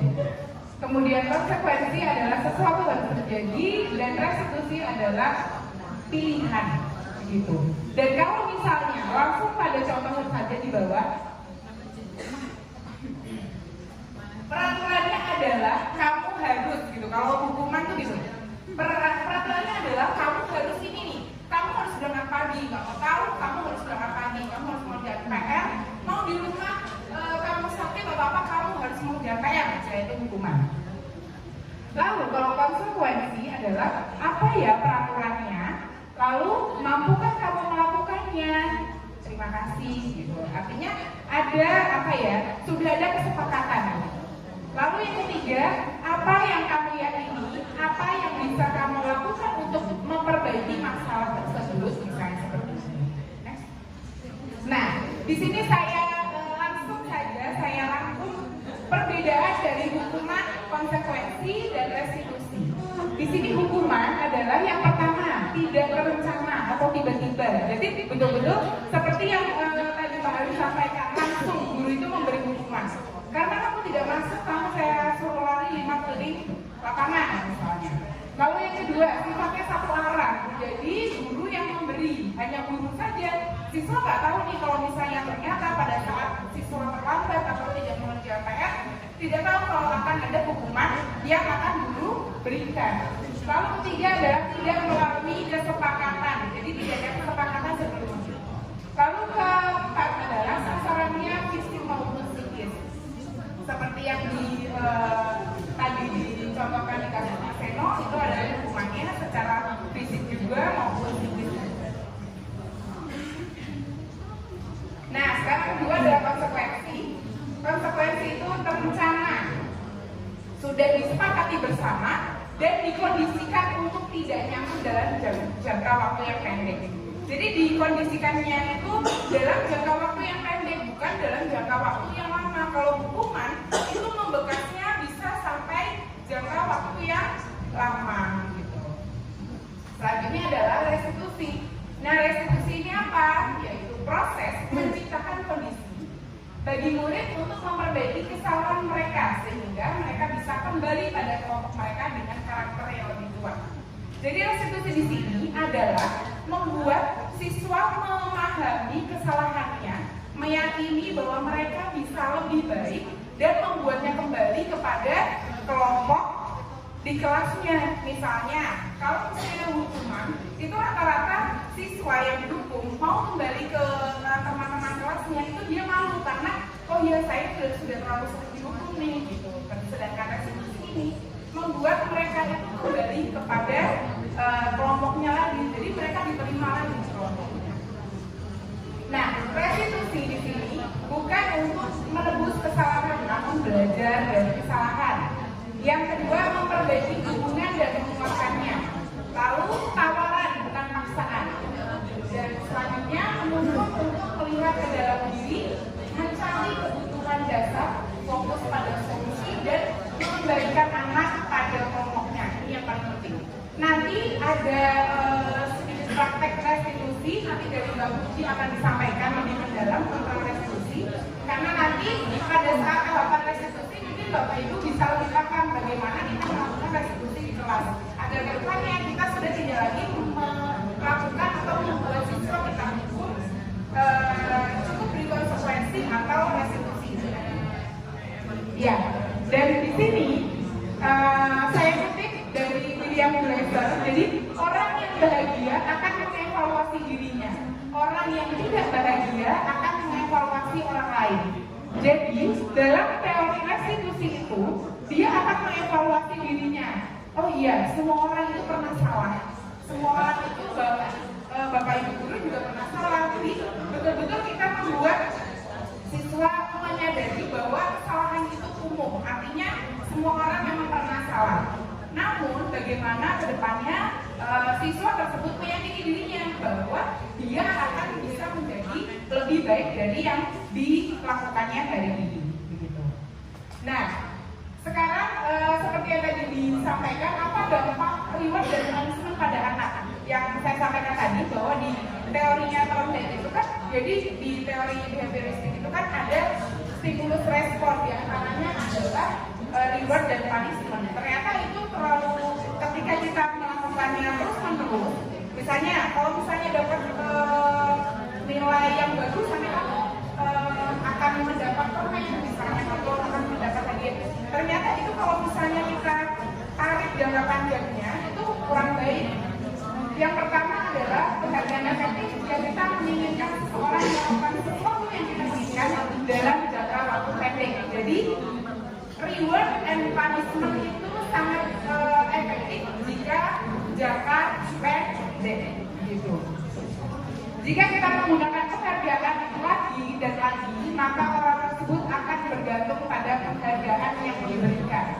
Jadi, ketika kita membuat sebuah penghargaan, jadi siswa bukan fokus pada tujuan yang kita ingin capai, tapi fokus pada hadiahnya. Begitu. Lalu yang ketiga, jika kita mendapatkan penghargaan untuk melakukan sesuatu yang baik, maka selain kita senantiasa berharap mendapatkan penghargaan tersebut lagi, kita pun menjadi tidak menyadari tindakan baik yang kita lakukan. Jadi kita tuh nggak sadar gitu. Jadi murid itu nggak sadar sebenarnya yang saya lakukan itu baik, tapi karena kita fokusnya hanya siswa itu fokus pada hadiah, jadi oh iya saya harus mendapatkan hadiah tersebut. Selanjutnya, nah di sini saya akan menjabarkan atau menjelaskan tentang 5 kebutuhan dasar manusia. Jadi yang perlu Bapak Ibu ketahui, seluruh tindakan manusia memiliki tujuan tertentu, yakni memenuhi kebutuhan dasarnya. Nah, ini ya Bapak Ibu, jadi ada penguasaan, jadi kasih sayang dan rasa diterima, ada kebutuhan untuk bertahan hidup, kebutuhan kesenangan dan kebutuhan bebas atau sebuah kebebasan. Nah, mengapa guru harus tahu tentang kebutuhan dasar manusia atau kebutuhan dasar anak? Karena ketika tidak terpenuhinya kebutuhan anak, itu pasti dia akan memunculkan perilaku negatif. Dan ketika kebutuhannya itu sudah dipenuhi lengkap, dia akan menunjukkan perilaku positif. Begitu. Nah, yang pertama adalah kebutuhan untuk bertahan hidup atau survive. Nah, diantaranya adalah kesehatan, rumah, makanan, rasa aman. Jadi ketika siswa kebutuhan bertahan hidupnya itu yaitu kesehatan, rumah, makanan, rasa aman. Coba tanya, misalnya siswa mengantuk di sekolah atau lemas di sekolah. Coba lihat dulu udah makan atau belum tadi kira-kira di rumah. Jadi ketika ada perilaku negatif yang muncul karena ada kekurangan kebutuhan dalam bertahan hidupnya itu atau biologis. Jadi kebutuhan bertahan hidup itu lebih ke biologis. Nah, itu dia akan memunculkan pasti perilaku-perilaku yang negatif. Lalu selanjutnya kasih sayang dan rasa diterima. Dia butuh untuk merasa berharga dalam kelompok. Siswa butuh untuk diterima oleh lingkungan dan berkolaborasi. Makanya kenapa dalam sebuah pembelajaran itu memang kolaborasi sangat penting agar siswa merasa ada temannya berdiskusi, lalu dihargai, dan satu lagi siswa itu harus memiliki keinginan untuk diterima oleh lingkungan. Gitu. Kebebasan, jadi kebutuhan untuk bebas. Gitu. Jadi kesempatan membuat pilihan, berpendapat, dan kesempatan mencoba hal baru. Maka kenapa pada mungkin di pembelajaran KKM atau Merdeka itu, jadi siswa itu dituntut, kita dulu hanya menuntun. Jadi menuntun dia itu mau apa ya, sesuai dengan minat dan bakat atau pembelajaran diferensiasi. Itu karena itu. Jadi ada kebebasan untuk mereka memilih atau kebutuhan untuk bebas memilih apa yang mereka suka. Lalu yang selanjutnya, kesenangan. Nah, senang di kelas, pembelajaran menyenangkan. Jadi siswa itu butuh pembelajaran yang menyenangkan, apalagi untuk pembelajaran di kelas 1 dan kelas 2 yang notabene dia baru saja beralih dari taman kanak-kanak gitu, yang penuh dengan permainan. Penguasaan atau power. Jadi siswa sekuat apapun siswa gitu, jadi dia itu mau diakui pencapaiannya dan menjadi pemimpin. Coba Bapak Ibu ketika pada saat siswa itu pemilihan ketua kelas, pasti dalam hati terdalam siswa-siswa itu, dalam hati terkecil siswa-siswa itu, mereka ingin menjadi ketua kelas, begitu. Jadi ketika mereka menjadi pemimpin itu pasti ada rasa bangga. Jadi itu kebutuhan dasar mereka itu memang untuk dalam kekuasaan, itu dia memiliki power yang kuat untuk di dalam kelas. Nah, dalam disiplin positif, murid diajak untuk reflektif dalam mengenali kebutuhan-kebutuhannya.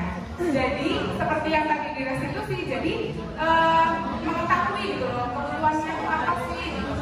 Apa ya yang kurang, kira-kira apa yang sudah cukup, itu perlu direfleksikan terus dalam hidup. Ya, baik, untuk menyingkat waktu, saya langsung masuk saja ke materinya Bu Puji. Dan sebelumnya mungkin biar semangatnya masih semangat pagi, saya coba ini ya, memanaskan sedikit biar nggak ngantuk. Semangat pagi,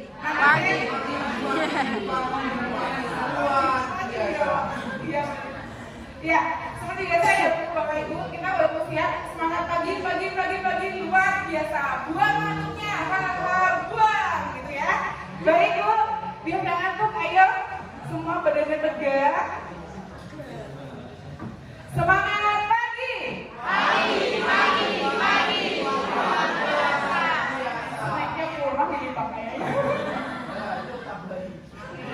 Buang ngantuknya, buang. Ini ya, panas. Baiklah, nanti mungkin bisa dipanasi oleh Bu Puji, karena nanti kalau jam 12 nanti kita dapat makan siang ini nanti. Baik, sekian dari saya. Wassalamualaikum warahmatullahi wabarakatuh.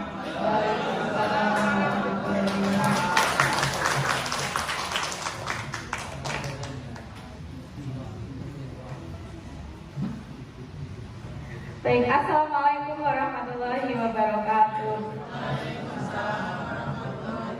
Saya ini deg-degan Bapak Ibu, karena bagian yang terakhir saya akan melihat waktu terus nanti ya. Nanti tidak kena ancaman, ya. Nanti kena kartu kuning nanti, oke? Nah, di sini saya akan menyampaikan 5 posisi kontrol dan juga segitiga restitusi. Ya, itu saya ya. Memang rada beda, itu rada langsing, karena waktu itu diet air. Nggak ada pesannya, guys. Yang belum mengenal, saya Juliani. Saya lahir di Grobogan tanggal 24 Juli tahun 1990.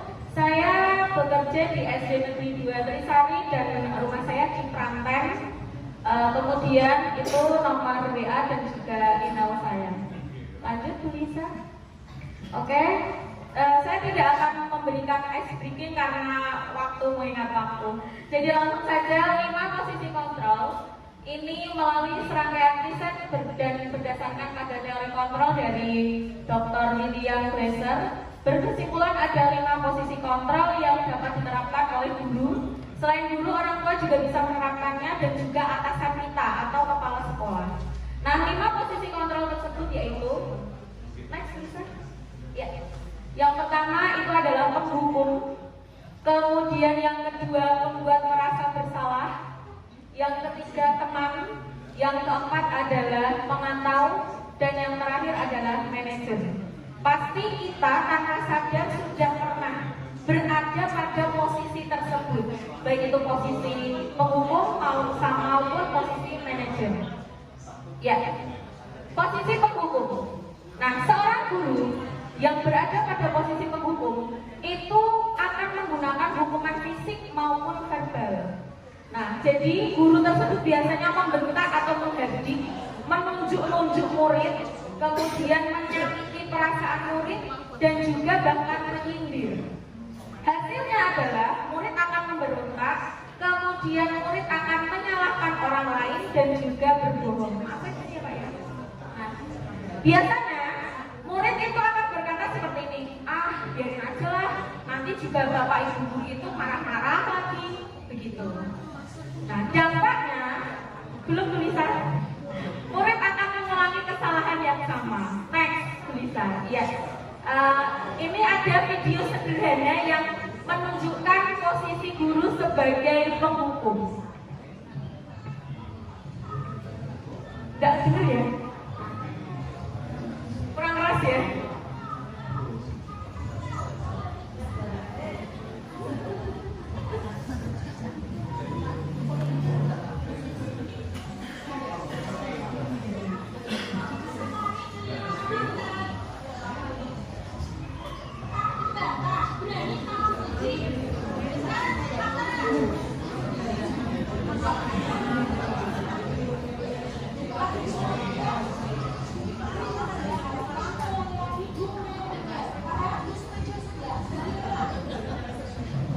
Ya, itu posisi guru sebagai penghukum. Ya, lanjut tulisan. Nah, kemudian posisi yang kedua yaitu sebagai membuat merasa bersalah dalam sengaja Pak. Ya. Nah, pada posisi ini biasanya guru itu suaranya lebih lembut, tetapi itu lebih membuat anak itu merasa gagal, tidak berhasil menjadi murid. Biasanya anak itu akan menyembunyikan kesalahannya, kemudian menyangkal dan juga berbohong. Nah, anak biasanya akan mengatakan maafkan saya Bu atau maafkan saya Pak, gitu. Sehingga dampaknya murid akan merasa rendah diri. Lanjut tulisan. Ya. Ini nanti akan dosen lihat video terus Bu. Ini membuat merasa bersalah.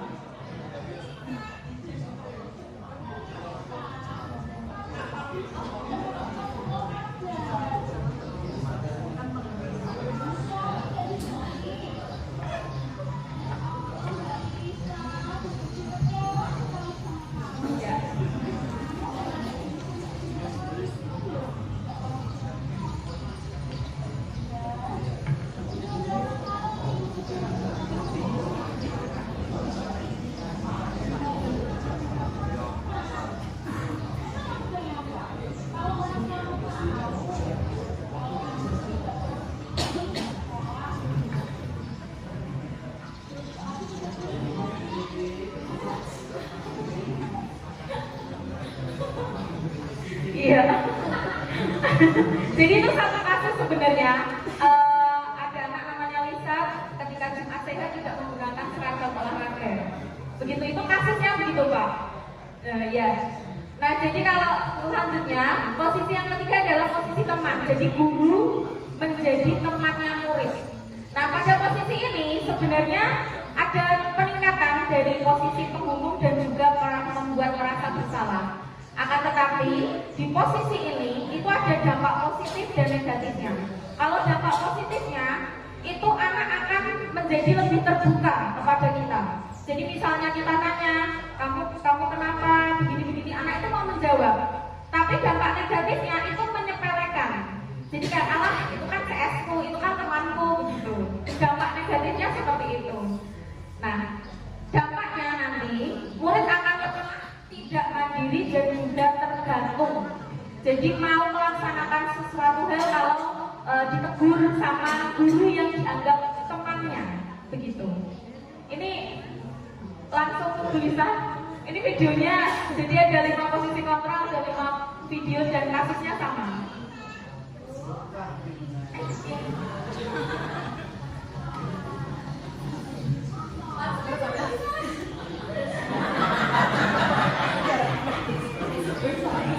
Ada yang Pak itu lagi. Tapi yang terakhir beda Pak. Ya selanjutnya ini pemantau. Kalau pemantau ini lebih bagus lagi. Jadi murid itu akan dipantau, akan disadarkan dengan kesepakatan kelas yang sudah dibuat dan juga keyakinan kelas. Nah, hasilnya itu murid akan menyesuaikan diri dan tidak perlu diawasi oleh guru. Itu adalah pemantau. Tetapi murid itu akan berusaha menjadi lebih baik jika dia mendapatkan hadiah tadi, misalnya dapat bintang dan lain sebagainya. Kemudian posisi pemantau ini akan menitik beratkan pada sanksi atau hadiah yang didapat oleh murid. Langsung 2 kali enter bisa. Enggak, lanjut nanti biar dijelaskan di belakang. Oke, biar ada bosan ya Pak. Yang ketiga adalah posisi yang paling baik, ini adalah posisi manajer. Posisi ini guru berbuat sesuatu bersama dengan murid, mengajak murid untuk diskusi, untuk menyelesaikan masalah tersebut. Jadi tidak dibentak-bentak, tidak ditunjuk-tunjuk, tapi diajak diskusi, begitu. Nah, hasilnya nanti murid akan kuat secara pribadi. Dan dampaknya adalah murid dapat mengevaluasi diri dan juga bisa memperbaiki diri. Ya. Oke, next saja Mbak. Nanti tak jelaskan. Oke. Udah, ya.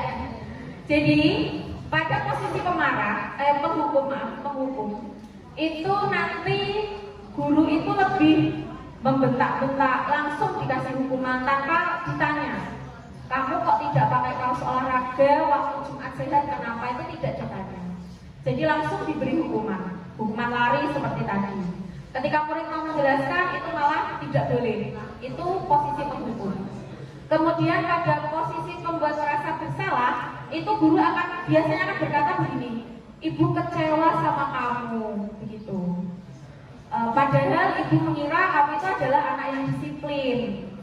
Terus nanti guru juga berkata seperti ini, coba bayangkan kalau orang tua kamu tahu kamu tidak mengerjakan PR atau tidak disiplin, berangkat tidak tepat waktu, bagaimana perasaan orang tuamu? Itu posisi pembuat merasa bersalah. Kalau posisi teman, itu tadi lebih mendekat ke anak. Kalau posisi pemantau, itu ya dipantau oleh bapak dan ibu guru, tapi lebih menjadikan anak untuk tidak gagal.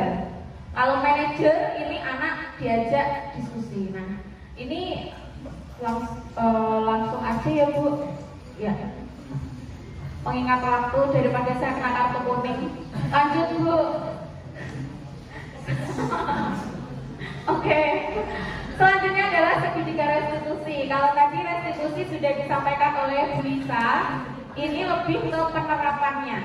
Segitiga restitusi itu ada 3 langkah. Yang pertama yaitu menstabilkan identitas, yang kedua validasi tindakan yang salah, dan yang ketiga adalah menanyakan keyakinan. Next, Bu Lisa. Lagi Bu Lisa. Ya. Menstabilkan identitas itu adalah posisi dasar atau bagian dasar dari segitiga restitusi.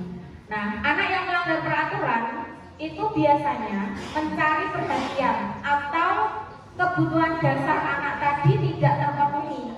Misalnya, anak tidak menggunakan kaos olahraga tadi waktu Jumat sehat, itu kebutuhannya tidak tercapai karena tidak adanya perhatian dan cinta dari orang tua. Misalnya kurangnya bukannya tidak ada perhatian, kurangnya perhatian dari orang tua.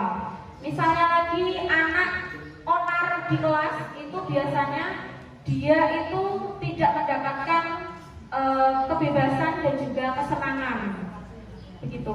Maka Bu Lisa sebelumnya ya, biasanya dalam posisi ketika bagian ini guru akan bertanya, guru akan menggunakan kalimat-kalimat seperti ini. Berbuat salah itu tidak apa-apa, tidak ada manusia yang sempurna. Bapak atau ibu guru juga pernah melakukan kesalahan seperti itu. Kemudian kita bisa menyelesaikan ini. Bapak atau ibu guru tidak tertarik mencari siapa yang salah, tapi bapak ibu guru ingin mencari solusi dari permasalahan ini. Kemudian kamu berhak merasa begitu, dan apakah kamu sudah menjadi teman yang baik buat dirimu sendiri. Lanjut Bu Lisa. Ya, lanjut. Nah, ya langsung aja ya. Ini dulu. Oke. Yang kedua adalah validasi tindakan yang salah. Validasi berarti membenarkan apakah tindakan anak tadi itu valid, berarti benar atau tidak. Nah, biasanya kalimat yang digunakan oleh guru itu adalah, padahal kamu bisa melakukan yang lebih buruk dari ini ya. Kamu pasti punya alasan mengapa melakukan hal itu. Selanjutnya, kamu patut bangga pada dirimu sendiri karena kamu telah melindungi sesuatu yang penting buatmu. Dan yang terakhir, kamu boleh mempertahankan sikap itu, tapi kamu harus menambahkan sikap yang baru. Lanjut bisa. Lanjut. Ya, lanjut ya. Dan ini adalah langkah yang ketiga, yaitu menanyakan keyakinan. Jadi setelah guru tahu sudah berhasil mengidentitas permasalahannya, kemudian sudah memvalidasi, lalu yang terakhir adalah guru bisa menanyakan keyakinan. Nah, kalimat yang digunakan oleh guru yaitu, apa tindakannya sudah sesuai dengan keyakinan kelas atau keyakinan sekolah? Apakah sudah sesuai dengan nilai-nilai yang telah disepakati? Dan kamu ingin menjadi orang yang seperti apa? Next, Bu Lisa. Ya, ini sebentar, kita dulu sebentar. Ya, ini videonya beda dari yang tadi. Jadi ini penerapan segitiga restitusi. Jadi ceritanya ada seorang anak bernama Mirjan. Dia ngantuk di kelas karena habis lembur nonton bola waktu Piala Dunia kemarin. Ya, boleh di-play? Ya. Ini kelas saya, kebetulan kelas 5 di SD Negeri 2 Trisari.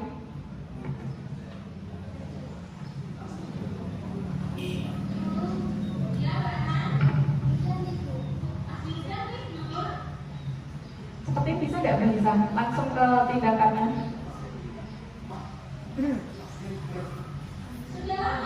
Nanti biar ada tanya jawab.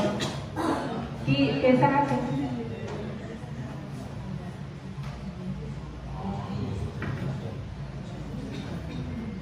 Ya, lagi.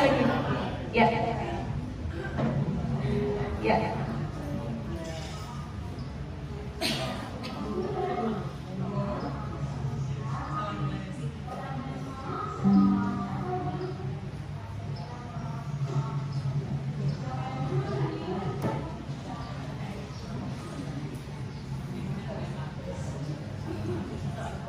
Tadi nggak boleh dikatakan slideshow. Ya, jadi ya sama. Oke, kita aja tidak apa-apa.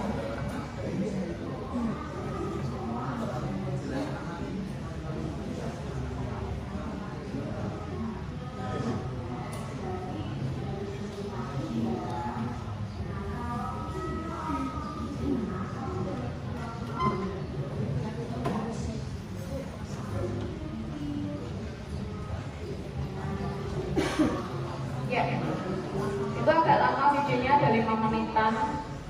Jadi setelah menemukan masalah atau pelanggaran yang dibuat oleh murid, guru saya itu mengajak Mas Wildan untuk menyelesaikannya dengan segitiga restitusi, penerapan segitiga restitusi. Saya panggil ketika istirahat berlangsung, kemudian saya tanya dulu alasannya kenapa Mas Wildan itu tidur di kelas. Setelah itu saya tanyakan apakah tindakannya itu benar atau tidak, dan juga saya tanyakan keyakinan kelas yang sudah disepakati bersama. Intinya seperti itu. Nah, sudah tulisan di slide yang nomor 24 ya. Oke, di slide sebelum ya. Nah, jadi jika guru mendapatkan suatu masalah pada murid, guru dapat mencari latar belakang tentang kebutuhan apa yang ingin dicapai oleh anak, sehingga dapat menggunakan posisi kontrol yang tepat untuk menyelesaikan masalah murid dengan menerapkan pendekatan segitiga restitusi. Nah, melalui segitiga restitusi dapat membantu murid untuk menjadi lebih memiliki tujuan, disiplin positif, dan memulihkan dirinya setelah berbuat salah. Penekanannya bukanlah pada bagian perilaku untuk menyenangkan orang lain atau menghindari ketidaknyamanan, namun tujuannya adalah menjadi orang yang lebih menghargai nilai-nilai kebajikan yang sudah disepakati atau mereka percaya, sehingga menjadikan murid lebih bertanggung jawab dan juga merdeka. Merdeka di sini bukan berarti murid sak karepe dhewe, sak penake dhewe, sak polahe dhewe, bukan ya. Merdeka itu berarti anak bisa menjadi dirinya sendiri, dan guru tetap harus menuntun tingkah laku anak tersebut, bukan menuntut tapi menuntun. Ya, sekian dari saya. Dilanjutkan dengan tanya jawab gitu. Ya. Boleh bertanya tentang materi ini atau mungkin proses dari calon guru penggerak. Soalnya tuh beberapa hari yang lalu Bisa dan Pak Arif itu banyak sekali teman-teman guru yang WA saya menanyakan tentang proses calon guru penggerak ini sampai ke belakangnya, begitu. Sebenarnya awal-awal dulu itu saya juga takut kalau menyita waktu, sehingga kerjaan saya, tugas utama saya sebagai guru itu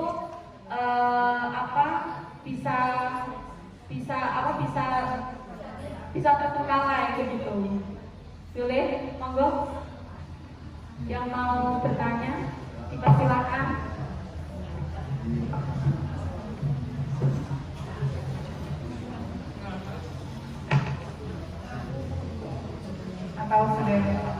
Atau sudah cukup? Semua gitu. Kayaknya gitu kemudian. Ya. Mungkin ada untuk yang sudah kemarin beberapa kali. Jadi mungkin Bapak Ibu guru sebenarnya beberapa case pada saat mendaftar guru penggerak itu banyak gitu. Salah satunya adalah salah menginput ketika harusnya mendaftar guru penggerak, malah ikutnya pengajar praktek. Jadi memang di SIMPKBK ada pilihannya ya. Jadi ada beberapa teman yang sudah mendaftar, tapi ternyata yang didaftar itu pengajar praktik, sehingga memberhentikan prosesnya, tidak jadi mengikuti seleksi gitu. Padahal niatnya itu mau mengikuti guru penggerak. Ya mungkin itu dulu kalau saya belum ada pertanyaan. Dan kami menerima jika nantinya Bapak Ibu ada yang ditanyakan mengenai seleksi ya, seleksi penggerak, mungkin Bapak Ibu bisa bertanya pada kami, monggo ke Pak Ari, ke Bu Puji, atau ke saya, begitu. Sekian. Sudah ya? Sini.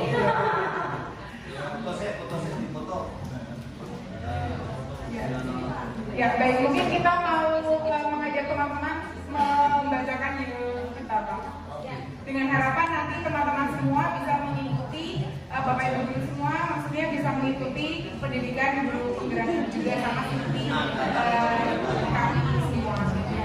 Yuk, salam guru penggerak, tergerak, bergerak, menggerak. Terima kasih. Sekian, wassalamualaikum warahmatullahi wabarakatuh. Ya, terima kasih. Sebentar Pak, tadi saya buka pakai pantun, sekarang saya tutup pakai pantun ya Bapak Ibu. Ya, pantun lagi. Di depan membeli es buah di depan kelas. Kurang semangat ini Bapak. Membeli es buah di depan kelas. Ditambah dengan biji selasih. Berhubung sudah mendekati jam 12, sekian dan terima kasih.